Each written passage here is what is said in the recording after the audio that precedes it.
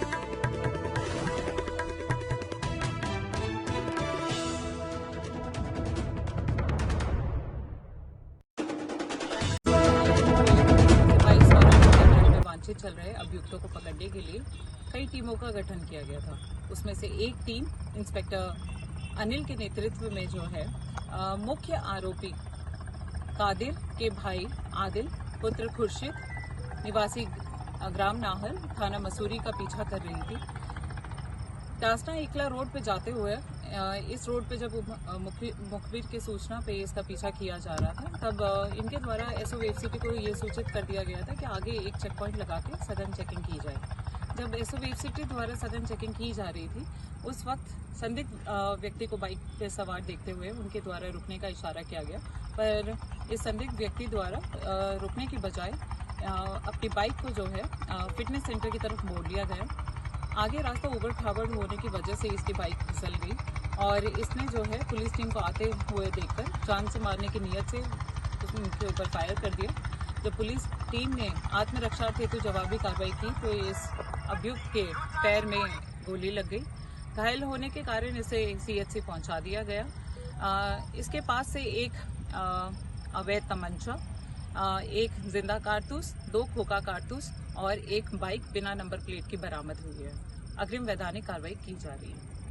अक्सर पुलिस की रिश्वत लेते लोगों के साथ मारपिटाई करते और अन्य मामलों की वीडियो और खबरें आप लोगों को ने देखी होगी, लेकिन वहीं पुलिस का दूसरा रूप जिसको लोग आज पूरे जिले में भगवान का रूप मान रहे हैं, यह तस्वीर हम आपको दिखा रहे हैं जहां पुलिस ने एक विधवा मां की बेटी की शादी बड़े ही रीति रिवाज और धूमधाम से कराई है। उत्तर प्रदेश के सहारनपुर जिले के गंगौह इलाके में पुलिस के काम की हर कोई सराहना कर रहा है। पुलिस द्वारा एक गरीब विधवा महिला की मदद की गई जिसकी पूरे इलाके में चर्चा हो रही है। दरअसल गरीब विधवा महिला की बेटी की शादी तय हो चुकी थी। महिला जिस जगह मजदूरी कर रही थी उसने मजदूरी के पैसे देने से इनकार कर दिया। बेटी की शादी को लेकर महिला परेशान हो गई। महिला थाने पहुंची और पुलिस में शिकायत दर्ज कराई।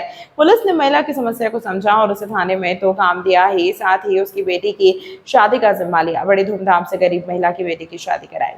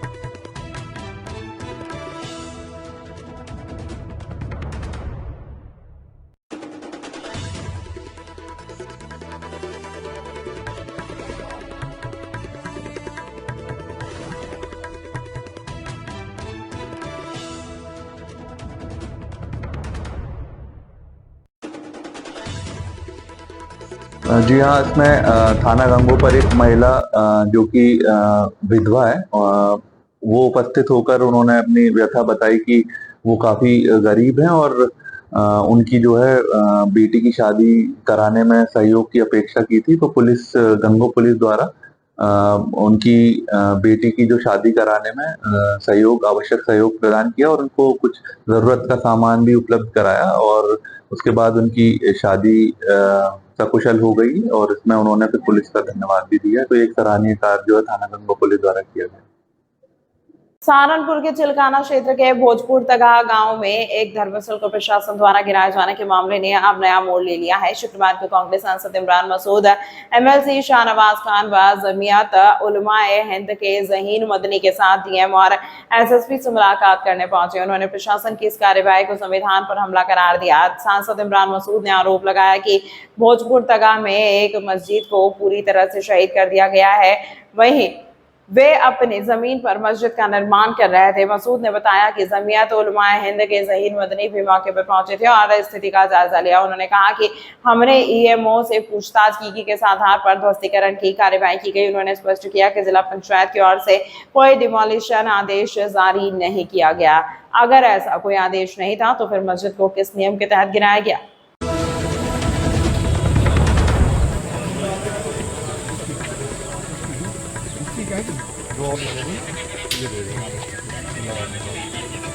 हाँ ये रहे, ये तो क्लियर है। आप मस्जिद के अभी कहाँ चलेंगे? यहाँ पर मैं गांव में गया था, पूरी तरह से मस्जिद को शहीद किया गया है, पूरी तरीके से डिमोलिश किया गया। मैंने बताया कि जिला पंचायत द्वारा इस कार्रवाई को कराया गया। मैंने जिला पंचायत धर्मस्थल को इस तरीके से गिराया गया है, मस्जिद को पूरी तरीके से शहीद किया गया। हम मौके पर गए थे, शाहनवाज साहब एमएलसी साहब साथ में थे, जमीयत उलमा हिंद से जहीन मदनी साहब हमारे साथ थे। वहां जिस तरह से बताया जा रहा है, चूंकि 3 भाइयों की वो जमीन है और वो अपनी जमीन के ऊपर मस्जिद की तामीर कर रहे थे। मैंने एएमए साहब को पूछा, क्योंकि बताया गया कि जिला पंचायत ने इस जमीन को, क्यों जो पुलिस वाले थे वही बता रहे थे कि जिला पंचायत ने ये काम करा है। मैंने एमए साहब को डिमोलिशन कराया। मैंने एमए साहब को फोन किया था। मैंने एमए साहब से पूछा कि आपने किस आधार के ऊपर ध्वस्तीकरण की कार्रवाई की, तो उन्होंने कहा हमने कोई डिमोलिशन का ऑर्डर नहीं जारी किया।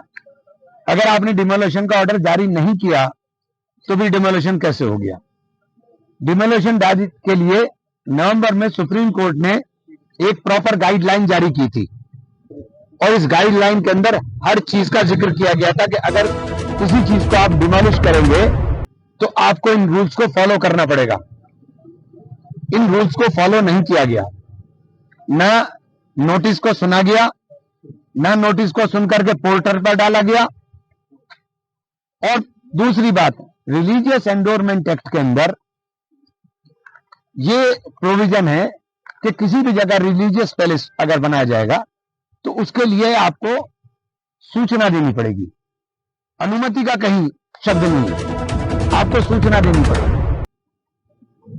रिलीजियस एंडोर्समेंट एक्ट के इसके ऊपर फिर ये सुप्रीम कोर्ट में बाकायदा वाइड सुनवाई हुई और नवंबर में सुप्रीम कोर्ट ने गाइडलाइन जारी की। पूरी गाइडलाइन का कहीं पालन नहीं हुआ। इसी संबंध में मैं डीएम एसएसपी साहब से मिलने के लिए आया था कि डीएम एसएसपी साहब को भी इस संबंध में अवगत करा दें, क्योंकि ये सीधे सीधे मामला सुप्रीम कोर्ट के कंटेम्प्ट का बनता है। कोर्ट के कंटेम्प्ट का, सुप्रीम कोर्ट के कंटेम्प्ट का बनता है। और जिस तरह से ये कार्रवाई की गई, वो कार्रवाई पूरी तरीके से संविधान के ऊपर हमला है। जो संविधान के अंदर दिए हुए हमारे अधिकार हैं, उन अधिकारों के ऊपर कुठारा जाता है। उन्होंने कहा है, प्रशासन ने कहा है कि बनाने की अनुमति नहीं थी, इनके पास नोटिस जारी किया गया। देखिए, मैंने कहा कि नंबर 1 तो अनुमति का नहीं मुझे समझ में आया, क्योंकि रिलीजियस एंडोर्समेंट एक्ट के अंदर किसी जगह अनुमति का जिक्र नहीं। मैं तो एक्ट की बात कर रहा हूं, मैं तो कानून की बात कर रहा हूं। और दूसरी बात, अगर आपने डिमोलिश किया तो डिमोलिशन का ऑर्डर होगा। आप कह रहे डिमोलिशन का हमने ऑर्डर ही नहीं किया, तो फिर डिमोलिशन क्यों किया? अगर आपने ऑर्डर नहीं किया, आपको डिमोलिशन का ऑर्डर करने से पहले उसको पोर्टल पर डालना पड़ता। पोर्टल पर आपको डालना पड़ेगा, पूरी गाइडलाइन फॉलो करनी पड़ेगी। तो आपने तो कोई गाइडलाइन फॉलो की नहीं।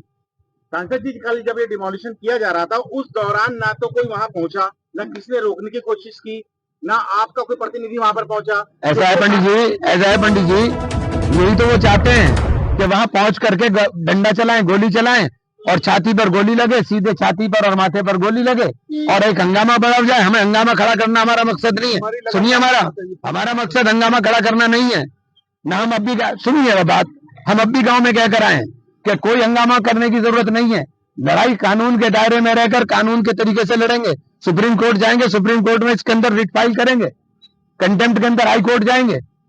हम कानून की बात करेंगे, हम कानून हाथ में लेने की बात नहीं करेंगे। लोकतंत्र में अपनी बात कहने का हक तो है। तो कह तो रहा हूँ, आज कह रहे हैं, कल कहाँ थे आप लोग? कल आपके अरे यार पंडित जी चलो, हाँ यार सहारनपुर के sector 11 Basant Vihar extension colony में सड़क की जमीन पर अवैध निर्माण का मामला सामने आया है। आरोप है कि कुछ भूमाफिया सड़क की जमीन पर कब्जा कर वहां अवैध निर्माण कार्य करवा रहे थे।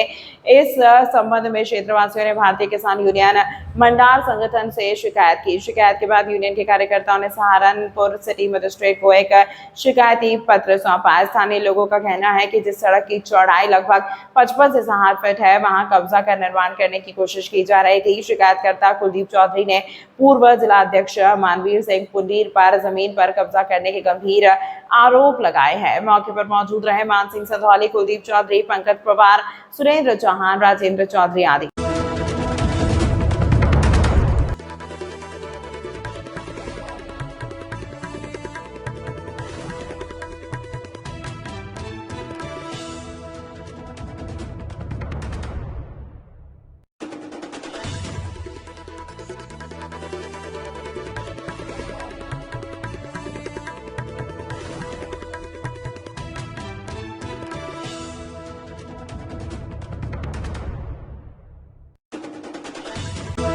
क्या कुछ मामला है, जमीन का चल रहा है, कौन सा सेक्टर है, क्या कुछ हुआ? देखिए भैया, ये सेक्टर 11 में पड़ता है और ये स्टेट बैंक कॉलोनी, और ये जो मौजूद है ये हमारा पड़ेगा एक colony Basant Vihar extension, ward number तो वार्ड नंबर 33 में आती है ये। जिनके पार्षद यहाँ पर जो है संदीप चौधरी है, मतलब किरण चौधरी है, उनके हस्बैंड जो है वो संदीप चौधरी है। वो लोग देखते हैं, हमने उनको भी इस मामले से अवगत कराया है। उन्होंने हमें लेटर हेड पे लिख करके दिया है, जिसको हमने वीसी साहब को भी अवगत करा है और हमने उनको एप्लीकेशन दी है। उन्होंने हमें आश्वासन दिया है और उसका आदेश किया है। सिटी मजिस्ट्रेट साहब ने भी हमें आदेश किया है एसडीए को आदेश किया है। उन्होंने आदेश के बाद हम वीसी साहब के यहाँ गए, उन्होंने उस पर आदेश किया है, एक्शन को बोला है। एक्शन साहब ने अपनी टीम को बोला है, उनकी टीम यहाँ मौके पर आई है, एसडीए टीम। उन्होंने यहाँ पर वीडियो बनाई है, मौका मुआयना किया है, वो लोग नोट करके ले गए। तो उनका कहना है कि हम लोग नोटिस देंगे। क्या कुछ विवाद है, कितनी जमीन है, कौन कब्जा कर रहा है? ये देखिए, जो सुनने में आया है, मैं जैसे ही यहाँ पर आया था तो यहाँ पर जो ठेकेदार है उनका कहना था कि ये मानवीर पुंडीर की जमीन है। मानवीर पुंडीर जो कि पूर्व जिला अध्यक्ष रहे हैं, ऐसा कुछ बताया जाता है। तो उनका जमीन है ये, और इसलिए ये तो यहाँ तक आगे तक हम बनाएंगे। ये 15 फीट अवैध बढ़ा रहे हैं इस पर सड़क पे, क्योंकि सड़क अभी कच्ची है, इसलिए ये अवैध इसको बढ़ाना चाह रहे हैं अपनी दुकान सीधी करके। तब ये ट्रायंगल में है और ये जमीन, ये समझिए आधी जमीन है, तो उसके ऊपर आधी और बढ़ा रहे हैं, 4 दुकानें बना रहे हैं। कितनी फीट है सड़क? 50 से 55 फीट के बीच सड़क है। और इनकी दुकान कितनी है? इनकी दुकान तो ये ट्रायंगल में है यूं, और ये इनको सीधे करना चाह रहे हैं, यानी कि 15 फीट आगे अवैध कब्जा करना चाह रहे हैं सड़क पर। हाँ, ये दबंग टाइप के लोग हैं, भूमाफिया हैं, इनका यही काम है। कॉलोनी के लोग परेशान हैं इनसे, और ये परेशान रखते हैं कॉलोनी के लोगों को। अभी अधिकारी आए थे, काम रुकवा के गए? हाँ बिल्कुल। क्या कह गए? वो आश्वासन ये देके गए हैं कि हमने नोट कर लिया है, हम इनसे बात करेंगे, इनको नोटिस देंगे। अगर इसके बावजूद भी ये लोग यहाँ पर काम करते हैं, काम लगाते हैं, तो आप हमें अवगत कराइए, हम तुरंत कार्रवाई करें। 30 मई को देश के प्रधानमंत्री नरेंद्र मोदी करेंगे टीएचडीसी मेगावाट प्लांट का लोकार्पण। 1320 मेगावाट हाइड्रो पावर प्रोजेक्ट का खुर्जा तहसीली क्षेत्र में हुआ निर्माण। 660 मेगावाट एक यूनिट का कल करेंगे लोकार्पण। डिजिटल लोकार्पण कानपुर से करेंगे प्रधानमंत्री नरेंद्र मोदी। इस पावर प्लांट के चालू होने के बाद बिजली विभाग को और बल मिलेगा।